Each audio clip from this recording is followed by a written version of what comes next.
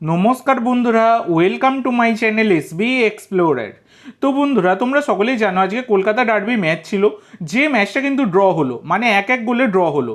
তো ব্যাপারটা হচ্ছে আজকে মোহনবাগানের প্লেইং ইলেভেন যেমন আলোচনা করেছিলাম সেম প্লেইং ইলেভেনেই ছিল। আর এদিকে তোমরা যে দেখো ইস্ট বেঙ্গল, তারা কিন্তু দুর্দান্ত পারফরমেন্স আজকে দিয়েছে।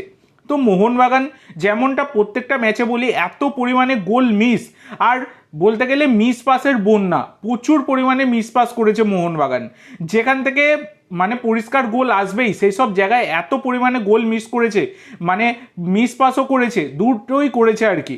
খুবই একটা খারাপ জিনিস যেটা দেখা যাচ্ছে। তো লোবেরার আন্ডারে সেই মোহনবাগানকে কিন্তু একদিনও এখনো অবধি খুঁজে পাওয়া যায়নি। সেই বেঙ্গালুরু ম্যাচ থেকেই একদম সমস্যার সৃষ্টি হয়েছে, এখনও অবধি কিন্তু সেইটা চলছে। তো কোনো রকমে আজকে মোহনবাগান তারা কিন্তু একটা ড্র করলো, সেটা বলাই যায়।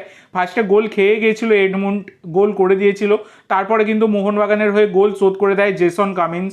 তো তা হলেও একটা কিন্তু চিন্তার বিষয় থাকছে, শেষ মুহূর্তে গিয়ে একটা জিনিস একদমই ম্যাকলারেনের একদমই মানে গোলটা পুরো মিস হয়ে গেল, যেটা প্রপসুকান সেটা সেভ করে দিল। নাহলে কিন্তু মোহনবাগান একটা পজিটিভ লাস্টের দিকটাও করবার চেষ্টা করেছিল।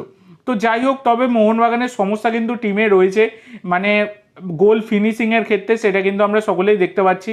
তো এর পরের দিন 21 তারিখে কিন্তু মীমাংসিত হবে কে হবে এবারের আইএসএল চ্যাম্পিয়ন, সেটা এখন দেখার বিষয়। তো তোমাদের মতে কে হতে পারে এবারের আইএসএল চ্যাম্পিয়ন, অবশ্যই সকলে কমেন্ট করে জানাতে ভুলো না।